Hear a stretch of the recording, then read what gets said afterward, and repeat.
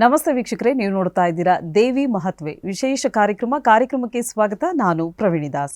ನಿಮಗೆಲ್ಲ ಗೊತ್ತಿರೋ ಹಾಗೆ ನಮ್ಮ ಕಾರ್ಯಕ್ರಮದ ಮುಖಾಂತರವಾಗಿ ದೇವಿಯ ಆರಾಧನೆ ಬಗ್ಗೆ, ಹಾಗೆ ಆಕೆಯ ಶಕ್ತಿ ಬಗ್ಗೆ, ದೇವಿಯ ಅವತಾರಗಳ ಕುರಿತಾಗಿ ಒಂದಷ್ಟು ಮಾಹಿತಿಯನ್ನು ಈ ಒಂದು ಕಾರ್ಯಕ್ರಮದ ಮುಖಾಂತರವಾಗಿ ನಾವು ನಿಮಗೆ ನೀಡ್ತಾ ಹೋಗ್ತಾ ಇದ್ದೀವಿ. ಒಟ್ಟಾರೆ ದೇವಿಯ ಪುರಾಣದ ಬಗ್ಗೆ ತಿಳ್ಕೊಳ್ತಾ ಇದ್ದೀವಿ, ಆಕೆಯ ಕಥೆಯನ್ನು ಆರಾಧಿಸ್ತಾ ಹೋಗ್ತಾ ಇದ್ದೀವಿ. ಹಾಗಿದ್ರೆ ಇವತ್ತಿನ ಕಥೆಯಲ್ಲಿ ಏನಾಗುತ್ತೆ ಅನ್ನೋದನ್ನು ತಿಳಿಸ್ಕೊಡ್ಲಿಕ್ಕೆ ನಮ್ಮೊಟ್ಟಿಗೆ ಇದ್ದಾರೆ ಆಧ್ಯಾತ್ಮಿಕ ಚಿಂತಕರಾಗಿರುವಂತಹ ಶ್ರೀ ರಾಮಕೃಷ್ಣ ಶಾಸ್ತ್ರಿಯವರು. ಮೊದಲನೇದಾಗಿ ಗುರುಜಿಯವ್ರನ್ನ ನಮ್ಮ ಕಾರ್ಯಕ್ರಮಕ್ಕೆ ಬರ್ಮಾಡ್ಕೊಳ್ಳೋಣ. ಗುರುಜಿ ನಮಸ್ತೆ, ಕಾರ್ಯಕ್ರಮಕ್ಕೆ ಸ್ವಾಗತ. ನಮಸ್ಕಾರಮ್ಮ. ಪ್ರಣೋ ದೇವಿ ಸರಸ್ವತಿ ವಾಜೇಬಿರ್ವಾಜನೀವತಿ ಧೀನಾಮ ವಿತ್ರೆವತ್. ಶ್ರೀ ವಾಗ್ದೇವಿಯೇ ನಮಃ. ವೀಕ್ಷಕರೇ, ನಿಮಗೆಲ್ಲ ಗೊತ್ತಿರೋ ಹಾಗೆ ಇವತ್ತಿನ ಕಾರ್ಯಕ್ರಮದಲ್ಲಿ ಒಂದಷ್ಟು ಮಾಹಿತಿಯನ್ನು ದೇವಿ ಪುರಾಣದ ಕುರಿತಾಗಿ ನಾವು ತಿಳ್ಕೊಳ್ತಾ ಹೋಗ್ತಾ ಇದ್ದೀವಿ. ಸೊ ಕಳೆದ ಸಂಚಿಕೆಯಲ್ಲಿ ನೀವು ವೀಕ್ಷಣೆ ಮಾಡಿದರೆ ನಿಮಗೆ ಗೊತ್ತಿರುತ್ತೆ ಏನಾಗುತ್ತೆ ಅಂತ ಹೇಳಿದ್ರೆ, ಮಹಿಷಾಸುರನ ವಧೆ ಆಗುತ್ತೆ. ಮಹಿಷಾಸುರನ ವಧೆ ಆಗಿ ಲೋಕ ಕಲ್ಯಾಣವಾಗುತ್ತೆ, ಲೋಕದಲ್ಲಿರುವಂಥ ಕಂಟಕಗಳೆಲ್ಲ ನೆಲಸಮ ಆಗತ್ತೆ. ಸೊ ಇದಾದ ನಂತರ ದೇವತೆಗಳನ್ನು ಉದ್ದೇಶಿಸಿ ಆ ದೇವತೆ ಏನು ಉಪದೇಶವನ್ನು ನೀಡ್ತಾಳೆ ಅನ್ನೋದನ್ನು ಇವತ್ತಿನ ಸಂಚಿಕೆಯಲ್ಲಿ ಗುರುಗಳು ನಮಗೆ ತಿಳಿಸ್ಕೊಡ್ತಾರೆ. ಬನ್ನಿ ತಡ ಯಾಕೆ ಆಗಿದ್ರೆ ಕಾರ್ಯಕ್ರಮವನ್ನು ಮುಂದುವರಿಸ್ತಾನ. ಗುರುಗಳೇ, ಸೊ ಇವತ್ತು ದೇವಿಯ ಆರಾಧನೆ ಬಗ್ಗೆ ತಿಳಿಸ್ಕೊಡ್ತೀರಾ, ಅದರೊಟ್ಟಿಗೆ ಈ ಒಂದು ಕಥೆಯ ಮುಂದುವರೆದ ಭಾಗವಾಗಿ ತಿಳಿಸ್ತೀನಿ ಅಂತ ಹೇಳಿದ್ರಿ. ಅದ್ಭುತ. ನಾವು ಹೋದ ಒಂದು ಭಾಗದಲ್ಲಿ ಆ ಒಂದು ಭಾಗವನ್ನು ಮುಗಿಸುವಾಗ ನಾನು ಹೇಳಿದ್ದೆ ಏನು, ಈ ಒಂದು ಮಹಿಷಾಸುರ ಮರ್ದಿನಿ ಎಪಿಸೋಡ್ನ ನಾವು ಮಾಡಿದ್ವಿ. ಈ ಒಂದು ಅಧ್ಯಾಯವನ್ನು ಮಧ್ಯಮ ಚರಿತ್ರೆ ಅಂತ ಕರೀತಾರೆ. ಈ ಮಧ್ಯಮ ಚರಿತ್ರೆಯನ್ನು ಯಾರು ಕೇಳ್ತಾರೋ, ಯಾರು ಹೇಳ್ತಾರೋ, ಇವ್ರಿಗೆಲ್ರಿಗೂ ಕೂಡ ಆ ದೇವಿಯ ಅನುಗ್ರಹದಿಂದ ಒಳ್ಳೆಯ ಶುಭ ಫಲಗಳು ಇರ್ತಕ್ಕಂಥ ನೆಗೆಟಿವ್ ಎನರ್ಜೀಸ್ ಎಲ್ಲ ಹೋಗಿ ಇರ್ತಕ್ಕಂಥ ಗ್ರಹಚಾರಗಳೆಲ್ಲ ನಿವಾರಣೆಯಾಗಿ ಶುಭ ಫಲಗಳು ಬರುತ್ತೆ ಅನ್ನೋ ವಿಚಾರವನ್ನು ನಾವು ಹೇಳಿದ್ವಿ. ಅನೇಕ ಜನ ನಮ್ಮ ವೀಕ್ಷಕರು ಕೂಡ ಇದನ್ನು ಕೇಳಿ ಆನಂದ ಪಟ್ಟಿರ್ತಾರೆ. ಅವ್ರಿಗೂ ಕೂಡ ಅಮ್ಮನವರ ಅನುಗ್ರಹ ಆಗಿರುತ್ತೆ ಅಂತ ಒಂದು ಖಂಡಿತವಾಗಿರ್ತಕ್ಕಂಥ ಒಂದು ಕಾನ್ಫಿಡೆನ್ಸ್. ಆಮೇಲೆ ಈ ಒಂದು ಮಧ್ಯಮ ಚರಿತ್ರೆ ಆದಮೇಲೆ ನಾನು ಈ ಎಪಿಸೋಡ್ಗಳು ಶುರು ಮಾಡೋ ಮುಂಚೆ ಮೊದಲನೇ ಎಪಿಸೋಡ್ನಲ್ಲೇ ಹೇಳಿದೆ 3 ಭಾಗಗಳಿದೆ. ಒಂದು ಪ್ರಥಮ ಚರಿತ್ರೆ, ಇನ್ನೊಂದು ಮಧ್ಯಮ ಚರಿತ್ರೆ ಮತ್ತು ಉತ್ತಮ ಚರಿತ್ರೆ ಅಂತ. ನೋಡಿ, ಹೆಸರೇ ಹೇಳ್ತಾ ಇದೆ ಉತ್ತಮ ಚರಿತ್ರೆ. ಈ ಉತ್ತಮ ಚರಿತ್ರೆ ಯಾರಿಗೆ ಸಂಬಂಧಪಟ್ಟಿದ್ದು ಅಂದಾಗ ನಾವು ಮೊದಲನೇದು ಮಹಾಕಾಳಿ, ಎರಡನೇದು ಮಹಾಲಕ್ಷ್ಮಿ, ಇನ್ನೊಂದು ಮಹಾ ಸರಸ್ವತಿ. ಇದು ಮಹಾ ಸರಸ್ವತಿಗೆ ಸಂಬಂಧಪಟ್ಟಿರ್ತಕ್ಕಂಥದ್ದು. ಈ ಜಗನ್ಮಾತೆ ಆಗಿರ್ತಕ್ಕಂತಹ ತಾಯಿ ಸರಸ್ವತಿ ರೂಪದಲ್ಲಿ ಈ ಮುಂದೆ ನಡೀತಕ್ಕಂತಹ ಲೋಕ ಕಲ್ಯಾಣ, ಯಾವ ಕಾರಣಕ್ಕೆ ಆ ಲೋಕ ಕಲ್ಯಾಣ ಆಯಿತು ಅಥವಾ ಯಾವ ಕಾರಣಕ್ಕೋಸ್ಕರವಾಗಿ ಆಕೆ ಈ ಒಂದು ರೂಪವನ್ನು ತಡಿಬೇಕಾಗಿ ಬಂತು ಅನ್ನೋ ವಿಚಾರವನ್ನು, ಬಹಳ ಕುತೂಹಲವಾಗಿರ್ತಕ್ಕಂಥ ವಿಚಾರವನ್ನು ನಾವು ಮಾತಾಡ್ತಾ ಹೋಗೋಣ. ಈಗಾಗಲೇ ಮಹಿಷಾಸುರನ ವಧೆ ಆದಮೇಲೆ ದೇವಾನುದೇವತೆಗಳು ಆ ಜಗನ್ಮಾತೆಯನ್ನು ಪ್ರಾರ್ಥನೆಯನ್ನು ಮಾಡಿದ್ದಾರೆ. ಮಾಡಿ, ಅಮ್ಮ ನಿನ್ನಿಂದ ಲೋಕ ಕಲ್ಯಾಣ ಆಯಿತು, ನಮಗಿರ್ತಕ್ಕಂಥ ಸಂಕಷ್ಟಗಳೆಲ್ಲ ದೂರ ಆಯಿತು, ಮನುಷ್ಯರು ಋಷಿಗಳು ಅವರು ಇವರೆಲ್ಲ ಪೂಜಾ ಪುನಸ್ಕಾರಗಳು, ಹೋಮ ಹವನಗಳು ಎಲ್ಲ ಮಾಡೋದಕ್ಕೆ ಎಲ್ಲ ರೀತಿಯಾಗಿರ್ತಕ್ಕಂಥ ಒಂದು ಅನುಕೂಲ ಮಾಡಿಕೊಟ್ಟೆ ಜಗನ್ಮಾತೆ. ಆಮೇಲಿಂದ ನಮ್ಗಳಿಗೆ ರಾಜ್ಯಭ್ರಷ್ಟರಾಗಿಬಿಟ್ಟಿದ್ವಿ. ಇಂದ್ರ, ಅಗ್ನಿ, ಯಮ, ನಿವೃತ್ತಿ, ವರುಣ, ವಾಯು, ಕುಬೇರ, ಸೂರ್ಯ ಎಲ್ಲರೂ ಕೂಡ ರಾಜ್ಯಭ್ರಷ್ಟರಾಗಿಬಿಟ್ಟಿದ್ವಿ. ನಾವು ಒಂಥರ ಈ ಎಲ್ಲ ಬಿಲದಲ್ಲಿ ಸೇರಿಕೊಂಡು ಒದ್ದಾಡ್ತಾ ಇದ್ವಿ. ಅಂತಹ ನಮ್ಮ ಸಂಕಷ್ಟಗಳನ್ನು ನಿವಾರಣೆ ಮಾಡಿ ನಮ್ಮ ಕಾರ್ಯಕ್ಷೇತ್ರಗಳಲ್ಲಿ ಹೋಗಿ ನಾವು ಈ ಒಂದು ನಮ್ಮ ಕಾರ್ಯಗಳನ್ನು ಮಾಡಿ ಇದು ಲೋಕ ಕಲ್ಯಾಣ ಕಾರ್ಯಗಳನ್ನ ಮಾಡೋದಕ್ಕೆ ಅನುಕೂಲ ಮಾಡಿಕೊಟ್ಟೆ ತಾಯಿ ಅಂತ ಹೇಳಿ ಆ ಜಗನ್ಮಾತೆಗೆ ಪ್ರಾರ್ಥನೆಯನ್ನು ಮಾಡ್ತಾ ಇದ್ದಾರೆ. ಅತ್ಯಂತ ಉಗ್ರಳಾಗಿರ್ತಕ್ಕಂಥ ಜಗನ್ಮಾತೆ ಶಾಂತಳಾಗ್ತಾಳೆ. ಆಗ ಆ ತಾಯಿ ಹೇಳ್ತಾಳೆ, ಮುಂದೆ ಇದೇ ರೀತಿಯಾಗಿ ಯಾರಾದರೂ ರಾಕ್ಷಸರು ಮತ್ತೆ ಈ ಭೂಮಿ ಮೇಲೆ ಬಂದು ಋಷಿಗಣಗಳಿಗೆ ಮನುಷ್ಯರಿಗೆ ತೊಂದರೆಯನ್ನು ಕೊಟ್ಟು ಮತ್ತು ದೇವಾನುದೇವತೆಗಳಿಗೆ ತೊಂದರೆಯನ್ನು ಕೊಟ್ಟು ಈ ಇರ್ತಕ್ಕಂಥ ಪರಿಸರವನ್ನು ಹಾಳು ಮಾಡ್ತಕ್ಕಂಥದ್ದು ಅಥವಾ ಅಧರ್ಮವನ್ನು ನೆಲೆಸೋ ಹಾಗೆ ಮಾಡ್ತಕ್ಕಂಥದ್ದು ಏನಾದರೂ ಮಾಡಿದ್ರೆ, ಮುಂದೆ ನೀವು ನನ್ನ ನೆನೆಸ್ಕೊಂಡ್ರೆ ನಾನು ಮತ್ತೆ ಅವತಾರವನ್ನು ತಾಳಿ ಬಂದು ನಾನು ಅಂತಹ ಒಂದು ಸಂದರ್ಭವನ್ನು ನಿವಾರಣೆ ಮಾಡ್ತೀನಿ, ಮತ್ತೆ ಲೋಕ ಕಲ್ಯಾಣ ಮಾಡ್ತೀನಿ ಅಂತ ಹೇಳಿ ಹೋಗ್ತಾಳೆ. ನೋಡಿ, ಒಂದು ಅರ್ಥ ಮಾಡ್ಕೋಬೇಕು, ಜಗನ್ಮಾತೆ ಏನೋ ಮಾತಾಡ್ತಿದ್ದಾಳೆ ಅಂದರೆ ಮುಂದೆ ಇಂಥದ್ದೇನೋ ಒಂದು ನಡೆಯುತ್ತೆ ಅನ್ನೋದಕ್ಕೆ ಒಂದು ಪೀಠಿಕೆ ಅಷ್ಟೆ. ಇವ್ರುಗಳಿಗೆ ಹೇಳ್ತಾಳೆ ಮುಂದೆ ಏನಾದ್ರು ನಡೆಯುತ್ತೆ ಅಂತ ಹೇಳಿ. ಆ ಒಂದು ಪೀಠಿಕೆಯನ್ನು ಕೊಟ್ಟಂಥ ಜಗನ್ಮಾತೆ ಅವಳು ಹೊರಟೋಗ್ತಾಳೆ. ಹೋದ್ಮೇಲೆ ಇವರುಗಳು ಇವರ ಒಂದು ಸ್ವಸ್ಥಾನಗಳಿಗೆ ಹೋಗ್ತಾರೆ. ಹೋಗಿ ಅವರ ಸ್ಥಾನಗಳಲ್ಲಿ ಅವ್ರ ಕೆಲಸ ಮಾಡ್ಕೋತಾ ಇದ್ದಾರೆ. ನಾವು ಈಗಾಗಲೇ ಹೇಳಿದ್ವಿ, ನಾಗದೇವತೆಗಳು ಅಥವಾ ನಾಗರು, ರಾಕ್ಷಸರು ಇವರೆಲ್ಲ ಪಾತಾಳ ಲೋಕದಲ್ಲಿ ಇರ್ತಕ್ಕಂಥವ್ರು. ಅತ್ಯಂತ ಸೌಂದರ್ಯವನ್ನು ಹೊಂದಿರತಕ್ಕಂತಹ, ಇಂಗ್ಲೀಷ್ನಲ್ಲಿ ಹೇಳಬೇಕಂದ್ರೆ ಹ್ಯಾಂಡ್ಸಮ್, ಭಾಳ ಚೆನ್ನಾಗಿ ಲಕ್ಷಣವನ್ನು ಹೊಂದಿರತಕ್ಕಂತಹ, ಅತ್ಯಂತ ಶಕ್ತಿಶಾಲಿಯಾಗಿರ್ತಕ್ಕಂತಹ ಇಬ್ಬರು ರಾಕ್ಷಸರು ಪಾತಾಳದಿಂದ ಭೂಮಿಗೆ ಬರ್ತಾರೆ. ಅಣ್ಣ ತಮ್ಮಂದಿರವರು. ಅವ್ರು ಯಾರಪ್ಪ ಅಂದರೆ ಶುಂಭ ನಿಶುಂಭ ಅಂತ ಹೇಳಿ. ಈ ಶುಂಭ ನಿಶುಂಭ ಅಂತ ಹಲವಾರು ಏನಾಗುತ್ತೆ, ಕೆಲವು ಸತಿ ನಾನು ಕೆಲವರು ಕೇಳಿದ್ದೀನಿ, ಕುಂಭ ನಿಕುಂಭ ಅಂತಾರೆ. ಕುಂಭ ನಿಕುಂಭ ಅಲ್ಲ, ಅದು ಶುಂಭ ನಿಶುಂಭ. ಅಣ್ಣ ತಮ್ಮಂದಿರವರು ಅತ್ಯಂತ ಧೀರರು, ಶೂರರು, ಏನು ಎಲ್ಲ ರೀತಿಯಾಗಿರ್ತಕ್ಕಂಥ ಒಂದು ಶಕ್ತಿಯನ್ನು ಹೊಂದಿರತಕ್ಕಂಥವ್ರು. ಇವರು ಭೂಮಿಗೆ ಬಂದ ಮೇಲೆ ಸುಮಾರು 10,000 ವರ್ಷಗಳ ಕಾಲ ಬ್ರಹ್ಮನನ್ನು ಕುರಿತು ತಪಸ್ಸು ಮಾಡ್ತಾರಂತೆ. 10,000 ವರ್ಷಗಳ ಕಾಲ ಬ್ರಹ್ಮನನ್ನು ಕುರಿತು ತಪಸ್ಸು ಮಾಡ್ತಾರೆ. ಅವರ ತಪಸ್ಸಿಗೆ, ಅತ್ಯಂತ ಘೋರವಾಗಿರ್ತಕ್ಕಂಥ ತಪಸ್ಸಿಗೆ ಆ ಬ್ರಹ್ಮದೇವ ಮೆಚ್ಚಿಕೊಂಡು ಎದುರುಗಡೆ ಬಂದು ನಿಂತ್ಕೋತಾನೆ. ದೇಹವೆಲ್ಲ ಕೃಷಿವಾಗಿಬಿಟ್ಟಿದೆ. ಬರೀ ಗಾಳಿ ಕುಡ್ಕೊಂಡು ತರಗಳನ್ನ ಮುದುಳುತ್ತಾ ಎಲೆಗಳು ಅದು ಇದು ಇಟ್ಕೊಂಡು ಅವರು ಮಾಡ್ತಾ ಇರ್ತಾರೆ. ಬರ್ತಾ ಅವರು ಎಲ್ಲಿವರೆಗೂ ಹೊಟ್ಟೋಗ್ತಾರೆ, ಬರೀ ಗಾಳಿನಲ್ಲೇ ಕೂಡ್ಕೊಂಡು ಅವರು ತಪಸ್ಸು ಮಾಡೋದು. ಅಷ್ಟು ಉಗ್ರವಾಗಿರ್ತಕ್ಕಂಥ ತಪಸ್ಸನ್ನು ಮಾಡ್ತಾರೆ. ಬ್ರಹ್ಮ ಬಂದು ಎದುರುಗಡೆ ನಿಂತ್ಕೊಂಡು ಅವರಿಬ್ಬರಿಗೂ ಹೇಳ್ತಾನೆ, ಎದ್ದೇಳಿ, ನಾನು ಬಂದಿದ್ದೀನಿ, ನಿಮ್ಗೇನು ವರ ಬೇಕು ಕೇಳಿ ಅಂತ. ಇಲ್ಲೇ ಆಗೋದು ತರಲೆ ಕೆಲಸ. ದೇವಾನುದೇವತೆಗಳನ್ನು ಹೇಗೋ ಸಮುದಾಯಿಸ್ಬಿಡ್ತಾರೆ. ಈ ರಾಕ್ಷಸರದೇ ತಲೆನೋವು, ಏನಾದರೂ ಒಂದು ಮಾಡ್ತಾರೆ. ಈಗಲೂ ನಮ್ಮ ಸುತ್ತಮುತ್ತ ಕೆಲವರು ಇದ್ದಾರೆ, ಬೇರೆ ರೀತಿ ವರಗಳನ್ನ ಪಡ್ಕೊಂಡು ಲೋಕಕಂಟಕರಾಗಿಬಿಟ್ಟಿದ್ದಾರೆ. ಅದನ್ನು ಮಾತಾಡೋದು ಬೇಡ, ಈಗ ಆ ಸಬ್ಜೆಕ್ಟೇ ಬೇರೆ. ಹಾಗಾಗಿ ಯಾವಾಗ ಆ ಬ್ರಹ್ಮ ಬಂದು ವರವನ್ನು ಕೊಡ್ತೀನಿ ಕೇಳಿ ಅಂತಂದಾಗ ಈ ರಾಕ್ಷಸರು ಒಂದು ಪ್ರಶ್ನೆನ ಕೇಳ್ತಾರೆ, ನಮಗೆ ಮರಣವೇ ಬಾರದು ಅಂತ.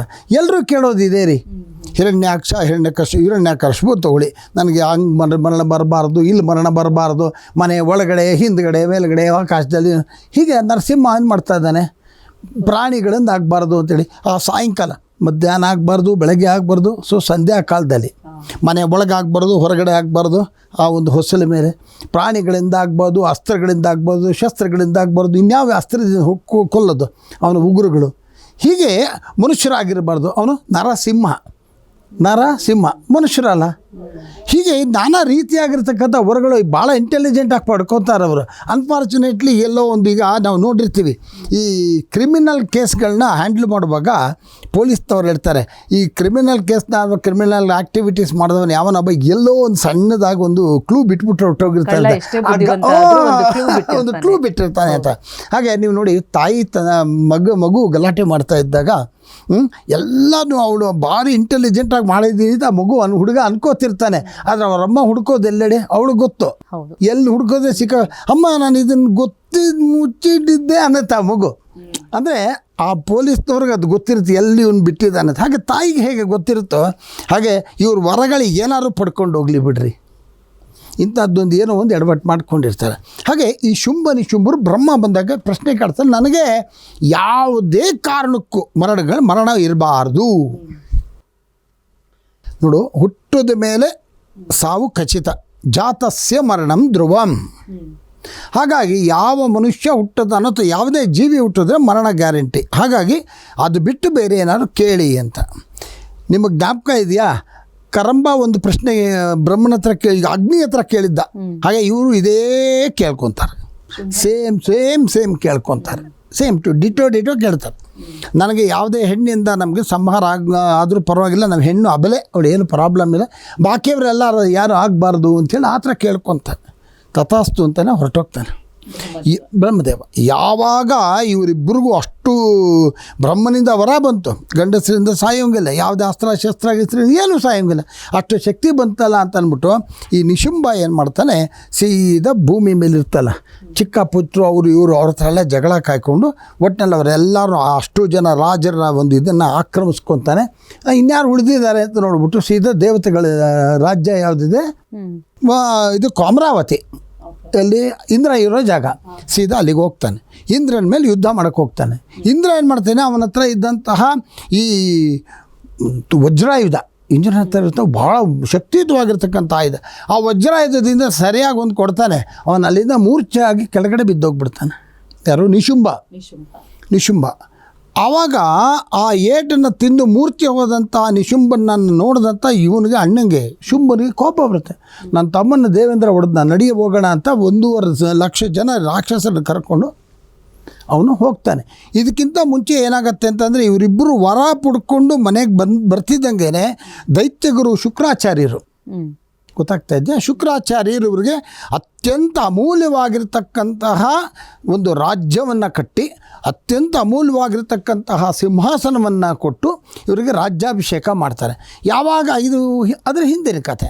ಮುಂದಕ್ಕೆ ಇವನು ದೇವೇಂದ್ರನನ್ನು ಯುದ್ಧ ಮಾಡ್ತಾನೆ, ಸೋಲಿಸ್ಬಿಡ್ತಾನೆ. ಎಲ್ಲ ದೇವತೆಗಳ ಹತ್ರ ಇದ್ದಿದ್ದ ಎಲ್ಲ ಶಸ್ತ್ರಗಳು ಅಸ್ತ್ರಗಳು ಎಲ್ಲ ಅವರು ಸಂಗ್ರಹಿಸಿಟ್ಕೊಂಡ್ಬಿಡ್ತಾರೆ.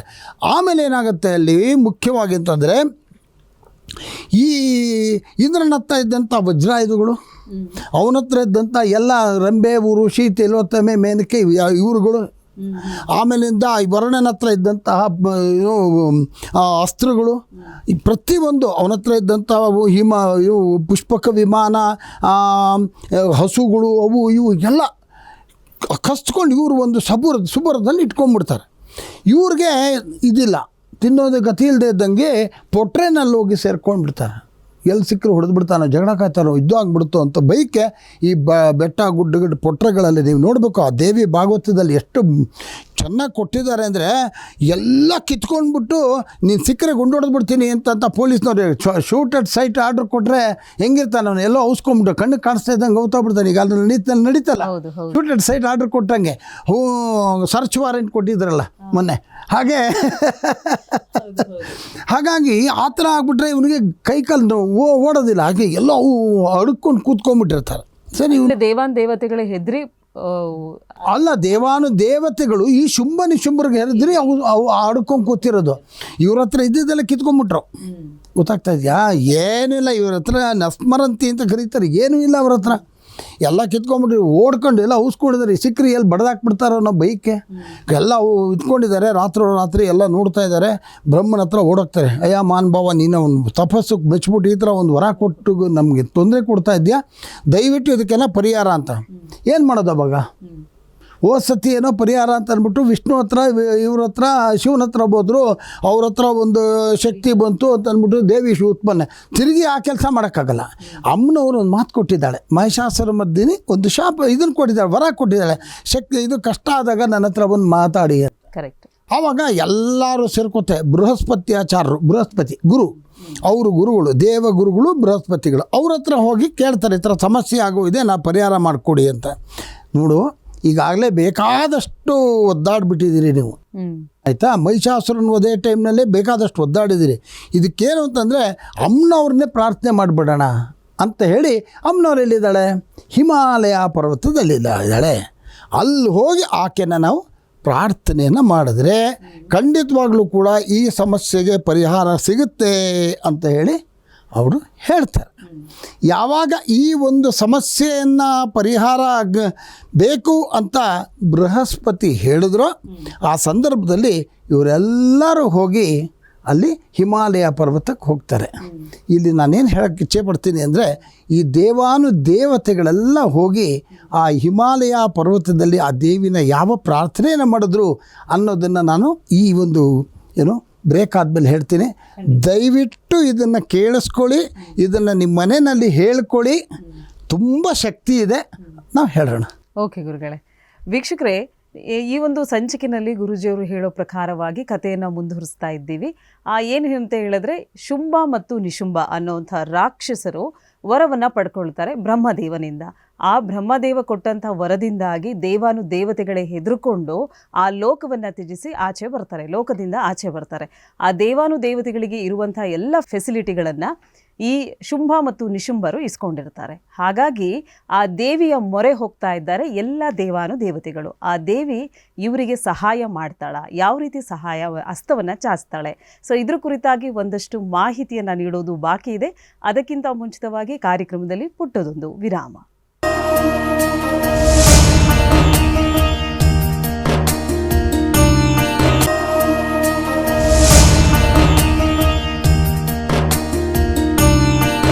ವಿರಾಮದ ಬಳಿಕ ದೇವಿ ಮಹಾತ್ಮೆ ವಿಶೇಷ ಕಾರ್ಯಕ್ರಮಕ್ಕೆ ಸ್ವಾಗತ. ವೀಕ್ಷಕರೇ, ಗುರುಜಿಯವ್ರನ್ನ ನೀವು ನೇರವಾಗಿ ಬಂದು ಭೇಟಿ ಆಗಬೇಕು, ನಿಮ್ಮಲ್ಲಿ ಶುಭ ಕಾರ್ಯಗಳನ್ನು ಮಾಡಿಸ್ಕೊಳ್ಬೇಕು ಅನ್ನೋದಾದರೆ ಅಥವಾ ಪೂಜೆ ಪುನಸ್ಕಾರಗಳನ್ನು ಮಾಡಿಸ್ಕೊಳ್ಬೇಕು ಅನ್ನೋದಾದರೆ ಗುರುಜಿಯವ್ರನ್ನ ನೇರವಾಗಿ ಭೇಟಿ ಆಗಲಿಕ್ಕೆ ಅವಕಾಶವಿದೆ. ನೀವು ಮಾಡಬೇಕಾಗಿರೋದು ಇಷ್ಟೇ, ನಿಮ್ಮ ಟಿವಿ ಸ್ಕ್ರೀನ್ ಮೇಲೆ ಕಾಣ್ತಾ ಇರುವಂಥ ನಂಬರ್ಗೆ ಕರೆ ಮಾಡಿ ಹೆಚ್ಚಿನ ಮಾಹಿತಿಯನ್ನು ನೀವು ಪಡ್ಕೊಳ್ಬಹುದಾಗಿದೆ. ಇನ್ನು ನಿಮಗೆಲ್ಲ ಗೊತ್ತಿರೋ ಹಾಗೆ ದೇವಿ ಮಹಾತ್ಮೆ ಈ ವಿಶೇಷ ಕಾರ್ಯಕ್ರಮದ ಮುಖಾಂತರವಾಗಿ ದೇವಿಯ ಕುರಿತಾಗಿ, ದೇವಿ ಪುರಾಣದ ಕುರಿತಾಗಿ ನಾವು ತಿಳ್ಕೊಳ್ತಾ ಇದ್ದೀವಿ. ಇದರಿಂದಾಗಿ ನಿಮ್ಮ ಗ್ರಹಗತಿಯಲ್ಲಿ ಏನಾದರೂ ದೋಷಗಳಿದ್ರೆ ಖಂಡಿತವಾಗಿಯೂ ಆ ದೋಷಕ್ಕೆ ಒಂದು ಪರಿಹಾರವನ್ನು ಒದಗಿಸಿಕೊಡಲಾಗುತ್ತೆ. ಈ ಒಂದು ಪುರಾಣವನ್ನು ಕೇಳೋದ್ರಿಂದ ಅಥವಾ ಈ ಒಂದು ಕಥೆಯನ್ನು ಕೇಳೋದ್ರಿಂದ ಧನಾತ್ಮಕ ಚಿಂತನೆಗಳು ನಿಮ್ಮಲ್ಲಿ ಹೆಚ್ಚಿಗೆ ಆಗುತ್ತೆ. ಮನೆಯಲ್ಲಿ ಏನಾದರೂ ನೆಗೆಟಿವ್ ಎನರ್ಜಿ ಇದ್ದರೆ ಈ ಕಥೆಯನ್ನು ಅಥವಾ ಈ ಪುರಾಣವನ್ನು ಕೇಳೋದ್ರಿಂದ ಆ ನೆಗೆಟಿವ್ ಎನರ್ಜಿ ಅನ್ನುವಂಥದ್ದು ದೂರವಾಗುತ್ತೆ. ಒಟ್ಟಾರೆ ನಿಮ್ಮಲ್ಲಿರುವಂಥ ಸಮಸ್ಯೆಗಳಿಗೆ ಪರಿಹಾರ ಬೇಕು ಅಂದರೆ ನೀವು ಈ ದೇವಿ ಪುರಾಣವನ್ನು ಕೇಳಬೇಕು ಅಂತ ಗುರುಜಿಯವರು ಹೇಳ್ತಾ ಇದ್ದಾರೆ. ಕಳೆದ ಹಲವಾರು ಸಂಚಿಕೆಗಳಲ್ಲಿ ನಾವು ಒಂದಷ್ಟು ಮಾಹಿತಿಯನ್ನು ನೀಡಿದ್ದೀವಿ. ಇವತ್ತಿನ ಸಂಚಿಕೆಯಲ್ಲಿ ಗುರುಜಿಯವರು ನಮಗೆ ಕೆಲವೊಂದು ಮಾಹಿತಿಯನ್ನು ನೀಡ್ತಾ ಬರ್ತಿದ್ದಾರೆ. ಇನ್ನು ಶುಂಭ ಮತ್ತು ನಿಶುಂಭ ಅನ್ನೋ ರಾಕ್ಷಸರು ಬ್ರಹ್ಮದೇವನಿಂದ ವರವನ್ನು ಪಡೆದಿದ್ದಾರೆ. ಇದರಿಂದಾಗಿ ಈ ವರದ ಒಂದು ಎಫೆಕ್ಟ್ ಯಾವ ರೀತಿ ಆಗಿದೆ ಅಂದರೆ ದೇವಾನುದೇವತೆಗಳು ಅವರ ಆಸ್ಥಾನವನ್ನು ಬಿಟ್ಟು ಹೊರಗಡೆ ಬಂದಿದ್ದಾರೆ. ಹಾಗಿದ್ರೆ ಯಾರ ಮೊರೆ ಹೋಗ್ತಿದ್ದಾರೆ? ಹಿಮಾಲಯ ಪರ್ವತವನ್ನು ಹತ್ತುತ್ತಾ ಇದ್ದಾರೆ ದೇವಾನುದೇವತೆಗಳು. ಆ ದೇವಿ ಇವರ ಕೈ ಹಿಡಿತಾಳ. ಸೊ ಇದ್ರ ಬಗ್ಗೆ ಒಂದಷ್ಟು ಮಾಹಿತಿಯನ್ನು ಗುರುಜಿಯವರು ನೀಡ್ತಾರೆ. ಗುರುಜಿ, ಹಿಮಾಲಯ ಪರ್ವತಕ್ಕೆ ಎಲ್ಲ ದೇವಾನುದೇವತೆಗಳು ಹೊರಟರು. ಬೃಹಸ್ಪತಿಯ ಒಂದು ಆಣತಿ ಮೇರೆಗೆ, ಯಾಕಂತಂದರೆ ಬೃಹಸ್ಪತಿ ದೇವಗುರು ಬೃಹಸ್ಪತಿ, ಆ ಬೃಹಸ್ಪತಿಯ ಒಂದು ಆಣತಿ ಮೇರೆಗೆ ಇದೆಲ್ಲ ದೇವತೆಗಳೂ ಆ ಒಂದು ಹಿಮಾಲಯ ಪರ್ವತಕ್ಕೆ ಹೋಗ್ತಾರೆ. ಹೋಗಿ ಅಲ್ಲಿ ದೇವಿಯನ್ನು ಪ್ರಾರ್ಥನೆಯನ್ನು ಮಾಡ್ತಾ ಇದ್ದಾರೆ. ನಾನು ಈಗ ಹೇಳ್ತಕ್ಕಂತಹ ಈ ಒಂದು ಪ್ರಾರ್ಥನೆಯನ್ನು ಪ್ರತಿಯೊಬ್ಬರೂ ಕೂಡ ನಾನು ಹೇಳೋದು ಕೇಳಿಸ್ಕೊಳ್ಳಿ, ಸಾಧ್ಯವಾದರೆ ಪ್ರಾಕ್ಟೀಸ್ ಮಾಡಿ ಹೇಳ್ಬೋದು. ಯಾಕಂತಂದರೆ ಇದು ಎಲ್ರಿಗೂ ಕೂಡ ಅನುಕೂಲ ಆಗ್ತಕ್ಕಂತಹ ಒಂದು ವಿಚಾರ. ಏನಂತ ಪ್ರಾರ್ಥನೆ ಮಾಡ್ತಾರೆ ಅಂತಂತಂದರೆ, ಯಾದೇವಿ ಸರ್ವಭೂತೇಷು ವಿಷ್ಣು ಮಾಯೇತಿ ಶಬ್ದಿತ ನಮಸ್ತಸ್ಯೈ ನಮಸ್ತಸ್ಯೈ ನಮಸ್ತಸ್ಯೈ ನಮೋ ನಮಃ. ಏನಿದು ಅಂದಾಗ, ಸರ್ವ ಪ್ರಾಣಿಗಳಲ್ಲೂ ಕೂಡ ಇರ್ತಕ್ಕಂತಹ ದೇವಿ, ವಿಷ್ಣುವಿನ ಮಾಯೆಯ ರೂಪದಲ್ಲಿರ್ತಕ್ಕಂತಹ ನಿನಗೆ ನಮಸ್ಕಾರಗಳು ತಾಯಿ ಅಂತ ಹೇಳಿ. ಎಷ್ಟು ಚೆನ್ನಾಗಿದೆ. ಸರ್ವ ಪ್ರಾಣಿಗಳಲ್ಲೂ ಇರ್ತಕ್ಕಂತಹ ನೀನು ವಿಷ್ಣುವಿನ ಮಾಯೆಯ ರೂಪದಲ್ಲಿ, ಹೇಳಿದೆ ನಾನು ನಿಮಗೆ ಮೊದಲನೇ ಒಂದು ಭಾಗದಲ್ಲಿ ಹೇಳ್ತಾ ಇದ್ವಿ, ವಿಷ್ಣುವಿಗೆ ಮಾಯೆಯ ರೂಪದಲ್ಲಿ ಅವಳು ಆವರಿಸ್ಕೊಂಡಿದ್ಲು, ಯೋಗ ನಿದ್ರೆಗೆ ಹೋಗಿದ್ದ ಅಂತ ಹೇಳಿ. ಹಾಗೆ ನಮ್ಮಲ್ಲೂ ಕೂಡ ಆ ತಾಯಿ ಆವರಿಸ್ಕೊಂಡು ಇದ್ದು ಕೂಡ ವಿಷ್ಣು ಮಾಯೆಯ ರೂಪದಲ್ಲಿ ಅವಳಿದ್ದಾಳೆ. ಅಂದರೆ ಅಂತಹ ಜಗನ್ಮಾತೆಗೆ ನಮಸ್ಕಾರ ತಾಯಿ ಅಂತ ಹೇಳಿ ಈ ದೇವತೆಗಳು ಪ್ರಾರ್ಥನೆಯನ್ನು ಮಾಡ್ತಾ ಇದ್ದಾರೆ. ನಮ್ಮ ಈ ವೀಕ್ಷಕರು ಕೂಡ ಇದನ್ನು ಹೇಳಿದ್ರೆ ಒಳ್ಳೆಯದು. ಯಾದೇವಿ ಸರ್ವಭೂತೇಷು ವಿಷ್ಣು ಮಾಯೇತಿ ಶಬ್ದಿತ ನಮಸ್ತಸ್ಯೈ ನಮಸ್ತಸ್ಯೈ ನಮಸ್ತಸ್ಯೈ ನಮೋ ನಮಃ. ತುಂಬ ಒಳ್ಳೆಯ ಮಂತ್ರಗಳು, ಇನ್ನು ಬೇಕಾದಷ್ಟು ಹೇಳ್ತಾ ಇರ್ತೀನಿ, ದಯವಿಟ್ಟು ಕೇಳಿ. ಪ್ರತಿಯೊಬ್ಬರಿಗೂ ಕೂಡ ಶುಭವಾಗಲಿ ಅನ್ನೋದೇ ಈ ಒಂದು ಕಾರ್ಯಕ್ರಮದ ಮೂಲ ಉದ್ದೇಶ. ಹಾಗಾಗಿ ಆ ದೇವಿಯನ್ನು ಹೇಗೆ ದೇವಾನುದೇವತೆಗಳು ಪ್ರಾರ್ಥನೆಯನ್ನು ಮಾಡಿದ್ರೋ ಅದನ್ನು ನಾವು ಹೇಳ್ತಾ ಹೋಗ್ತಾ ಇರ್ತೀವಿ, ಅರ್ಥ ಕೂಡ ಹೇಳ್ತಾ ಇರ್ತೀವಿ. ತಾವುಗಳು ನಮ್ಮ ಜೊತೆ ಇದ್ದು ಇದನ್ನು ಕೇಳಿ ಆ ತಾಯಿಯ ಅನುಗ್ರಹಕ್ಕೆ ಪಾತ್ರರಾಗಬೇಕು. ಈಗಾಗಲೇ ನಮ್ಮ ಮೇಡಮ್ನವ್ರು ಹೇಳ್ತಾ ಇದ್ದರು, ಇದನ್ನು ಕೇಳ್ತಾ ಇದ್ದಾಗ ನೀವು ಎಲ್ರಿಗೂ ಕೂಡ ಶುಭವಾಗಲಿ ಅಂಥೇಳಿ. ಇದು ಬಹಳ ಮುಖ್ಯವಾಗಿರ್ತಕ್ಕಂಥ ಘಟ್ಟ. ಯಾಕಂದರೆ ದೇವತೆಗಳೇನೆ ಈ ತಾಯಿಯನ್ನು ಯಾವ ರೀತಿ ಧ್ಯಾನ ಮಾಡಿದ್ರು ಅಂಥದ್ದನ್ನು ನಮಗೆ ಒದಗಿಸ್ಕೊಡ್ತಕ್ಕಂತಹ ಒಂದು ಅಪೂರ್ವವಾಗಿರ್ತಕ್ಕಂಥ ಅವಕಾಶ. ಗುರುಗಳೇನು ಈ ಮಂತ್ರವನ್ನು ಪಠಣೆ ಮಾಡಿದ್ರೆ ಅಂದರೆ ಯಾವ ಒಂದು ಹೊತ್ತಲ್ಲಿ ಮಂತ್ರವನ್ನು ಪಠಿಸಬೇಕು? ನಾನು ನಿಮ್ಗೆ ಅವಾಗಲೇ ಹೇಳಿದೆ, ಯಾರಿಗೆ ಕಷ್ಟ ಇದೆ ಅನ್ನೋ ಸಂದರ್ಭದಲ್ಲಿ ಹೇಳ್ಬೋದು ಇದನ್ನು ಅಂತ. ಇನ್ನು ಮುಂದಕ್ಕೆ ಏನೇನೋ ಇದೆ ಅದು ಹೇಳ್ತಾ ಇರ್ತೀನಿ, ಅವಾಗವಾಗ ಹೇಳೋಣ. ತಾಯಿಯನ್ನು ಮೊದಲು ಅವರು ಅಡ್ರೆಸ್ ಮಾಡ್ತಾ ಇರೋದು ಹೇಗೆ, ಅಮ್ಮ ವಿಷ್ಣು ಮಾಯೇತಿ ಶಬ್ದಿತ, ನೀನು ವಿಷ್ಣುವಿನ ಮಾಯೆಯ ರೂಪದಲ್ಲಿ ಕಾಣಿಸ್ಕೊಳ್ತಾ ಇದ್ದೀಯ ತಾಯಿ, ನಿನ್ನಂತಹ ತಾಯಿಗೆ ನಮ್ಮ ನಮಸ್ಕಾರ ಅಂತ ಹೇಳ್ತಾ ಇದ್ದಾರೆ.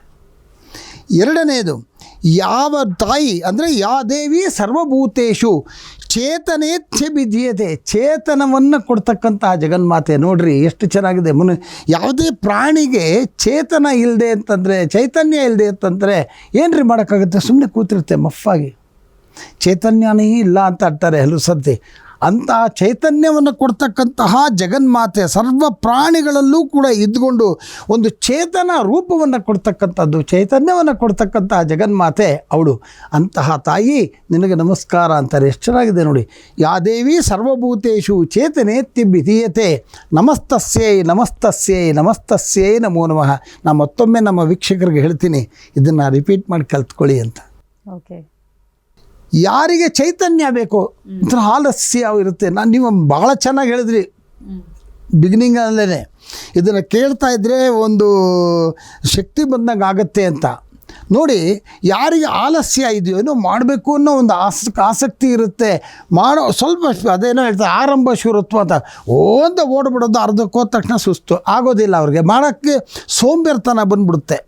ಕಾರಣಗಳಿವೆ, ಏನೇನೇ ಇರ್ಬೋದು, ಆದರೆ ಆ ಒಂದು ಚೈತನ್ಯ ಇದ್ದೂ ಕೂಡ ಸೋಂಬೇರ್ತನ ಬಂದ್ಬಿಡುತ್ತೆ. ಅಂತಹ ಸೋಂಬೇರ್ತನ ಬರದೇ ಇರೋ ಹಾಗೆ ಸಂಪೂರ್ಣವಾಗಿ ತಾನು ಮಾಡ್ತಕ್ಕಂಥ ಶಕ್ತಿ ಅಥವಾ ಕೆಲಸಗಳಲ್ಲಿ ಚೇತನ ಇರಲಿ, ಶಕ್ತಿ ಇರಲಿ, ನಮಗೆ ಒಂದು ಹುರುಪು ಇರಲಿ ಅಂತಕ್ಕಂಥದ್ದು ಬರಬೇಕು ಅಂದರೆ ಇದು ಹೇಳಬೇಕು. ಯಾ ದೇವಿ ಸರ್ವಭೂತೇಷು ಚೇತನೇತ್ಯ ವಿಧೀಯತೆ ನಮಸ್ತಸ್ಯೈ ನಮಸ್ತಸ್ಯೈ ನಮಸ್ತಸ್ಯೈ ನಮೋ ನಮಃ ಅಂತ ಹೇಳಿ. ನಮ್ಮ ಕಾರ್ಯಕ್ರಮದ ಉದ್ದೇಶನೂ ಇದೆ ಅಲ್ವಾ. ಆ ಕಥೆನ ಸುಮ್ಮನೆ ಹೇಳ್ಕೊಂಡು ಹೋಗೋದಕ್ಕಿಂತ ನಮ್ಮ ಈ ಎಲ್ಲ ವೀಕ್ಷಕ ಬಾಂಧವರಿಗೂ ಕೂಡ ಇದು ಉಪಯೋಗ ಆಗಬೇಕು. ಹಾಗಾಗಿ ನಾನು ಇದನ್ನು ಸ್ವಲ್ಪ ವಿಸ್ತಾರವಾಗಿ ಹೇಳ್ತಾ ಇದ್ದೀನಮ್ಮ. ಮುಂದಕ್ಕೆ ಯಾ ದೇವಿ ಸರ್ವಭೂತೇಷು ಬುದ್ಧಿರೂಪೇಣ ಸಂಸ್ಥಿತ. ಭಾಳ ಇಂಪಾರ್ಟೆಂಟ್. ಯಾರಿಗೆ ಬುದ್ಧಿ ಸ್ಥಿಮಿತದಲ್ಲಿದೆಯೋ, ಯಾರಿಗೆ ಚೆನ್ನಾಗಿ ಆಲೋಚನಾ ಶಕ್ತಿ ಇದೆಯೋ ಅವ್ರಿಗೆ ಸಕ್ಸಸ್ ಗ್ಯಾರಂಟಿ ಅಲ್ವಾ. ಹಾಗೆ ಸ್ವಲ್ಪ ಏನೋ ವಿಚಲಿತವಾಗಿದೆ, ಮನಸ್ಸಿಗೆ ಶಾಂತಿ ಇಲ್ಲ, ನನಗೆ ಒಳ್ಳೆ ಇಂಟೆಲಿಜೆನ್ಸಿ ಇಲ್ಲ, ನಾನೇನೋ ಮಾಡಬೇಕು ಅಂತ ಇದ್ದೀನಿ, ನನಗೆ ಚೈತನ್ಯ ಸಾಕಾಗ್ತಾ ಇಲ್ಲ ಅನ್ನುವಾಗ ಇದನ್ನು ಹೇಳಿ. ಯಾ ದೇವಿ ಸರ್ವಭೂತೇಷು ಬುದ್ಧಿರೂಪೇಣ, ಸದ್ಬುದ್ಧಿ ಅಂತ ಹೇಳಬೇಕು. ನಮ್ಮನ್ನು ಹೇಳ್ತಾ ಇದ್ದೆ ಏನ್ರಿ ಹೀಗಾಗೋಗಿದೆ ಅಂತ, ಕಾಮಾತುರಾಣಂ ಇದು ಲಜ್ಜಾ ಅಂತ ಹೇಳ್ತಾ ಇದ್ದೆ ನಾನು. ಅದೇ ಬುದ್ಧಿ, ಒಳ್ಳೆ ಬುದ್ಧಿನ ಇಟ್ಕೋಬೇಕು. ಬುದ್ಧಿ ಇದೆ ಅಂತ ಅಂದ್ಬಿಟ್ಟು ವಿಕಾರವಾಗಿ ಉಪಯೋಗಿಸ್ಬಾರ್ದು. ನೋಡಿ, ನಮ್ಮ ಜೀವನದಲ್ಲಿ ಸುತ್ತಮುತ್ತ ನಾವು ಹಲವಾರು ಸತಿ ನೋಡ್ತೀವಿ ಅಲ್ವಾ. ಈ ಒಂದು ದೇಶದ್ರೋಹದ ಕೆಲಸವನ್ನು ಮಾಡ್ತಾ ಇರ್ತಕ್ಕಂಥ ಹಲವಾರು ಜನ ನಿಮ್ಗೆ ಗೊತ್ತು, ಎಲ್ಲ ಟೆಕ್ನಿಕಲಿ ಕ್ವಾಲಿಫೈಡ್ ಎಲ್ಲ ಏನೇ BE ಮಾಡಿರ್ತಾರೆ, MTech ಮಾಡಿರ್ತಾರೆ, ಅದು ಮಾಡಿರ್ತಾರೆ, ಇದು ಮಾಡಿರ್ತಾರೆ. ಕಂಪ್ಯೂಟರ್ನಲ್ಲಿ ಬ್ರಹ್ಮಾಂಡವಾಗಿರ್ತಕ್ಕಂಥ ಬುದ್ಧಿ, ಅದನ್ನು ಸದ್ವಿನಿಯೋಗ ಪಡಿಸ್ರೆ ಅವ್ರು ಎಲ್ಲ ಹೊರಟೋಗ್ಬಿಡ್ತಾರೆ ರೀ. ಆದರೆ ಏನು ಮಾಡ್ತಾ ಇದ್ದಾರೆ, ಹ್ಯಾಕ್ ಮಾಡೋದು, ದೇಶ ಹಾಳು ಮಾಡೋದಕ್ಕೆ ಏನು ಮಾಡಬೇಕು ಈ ಥರ. ಸೊ ಈ ಬುದ್ಧಿ ಏನು ಅಂತಂದರೆ ಒಳ್ಳೆಯ ಸದ್ಬುದ್ಧಿ ಇರಬೇಕು, ಅದನ್ನು ಹೇಳ್ತಾ ಇರೋದು. ಯಾದೇವಿ ಸರ್ವಭೂತೇಷು ಬುದ್ಧಿರೂಪೇಣ ಸಂಸ್ಥಿತ ನಮಸ್ತಸ್ಯೈ ನಮಸ್ತಸ್ಯೈ ನಮಸ್ತಸ್ಯೈ ನಮೋ ನಮಃ. ಬುದ್ಧಿ ರೂಪದಲ್ಲಿರ್ತಕ್ಕಂಥ ನಮ್ಮ ಜಗನ್ಮಾತೆಗೆ ನಮಸ್ಕಾರವನ್ನು ಮಾಡ್ತಾ ಇದ್ದೀವಿನಿ ಅಂತ. ಇನ್ನೊಂದು, ಯಾದೇವಿ ಸರ್ವಭೂತೇಷು ನಿದ್ರಾರೂಪೇಣ ಸಂಸ್ಥಿತ. ನಿದ್ರೆಯ ರೂಪದಲ್ಲಿ ಅಂದರೆ ನಮಗೆ ಆವರಿಸ್ಕೊಳ್ತಕ್ಕಂತಹ ನಿದ್ರೆ, ಅದೂ ಕೂಡ ಅವಳೇ ರೀ. ಅಂತಹ ನಿದ್ರಾರೂಪೇಣ ಸಂಸ್ಥಿತ, ನಿದ್ರೆಯ ರೂಪದಲ್ಲಿರ್ತಕ್ಕಂಥ ಜಗನ್ಮಾತೆ ನಿನಗೆ ನಮಸ್ಕಾರ ತಾಯಿ ಅಂತ ಹೇಳಿ. ಇದನ್ನು ಸುಮ್ಮನೆ ಸಂಕ್ಷಿಪ್ತವಾಗಿ ಹೇಳ್ಕೊಂಡು ಹೋಗೋದು ಬೇಡ ಅನ್ನೋ ಉದ್ದೇಶದಲ್ಲೇ ನಾನು ಇದನ್ನು ಹೇಳ್ತಾ ಇದ್ದೀನಿ. ಯಾಕೆಂದರೆ ಪ್ರತಿಯೊಬ್ಬರೂ ಒಂದೊಂದು ತಿಳ್ಕೊಳ್ಳಿ ಹಾಗೆ ಅಂಥೇಳಿ ಸುಮ್ಮನೆ ಒಂದು ಸತಿ ಹೇಳ್ಕೊಂಡು ಹೋಗೋದ್ರಲ್ಲಿ ಏನೂ ಇಲ್ಲ.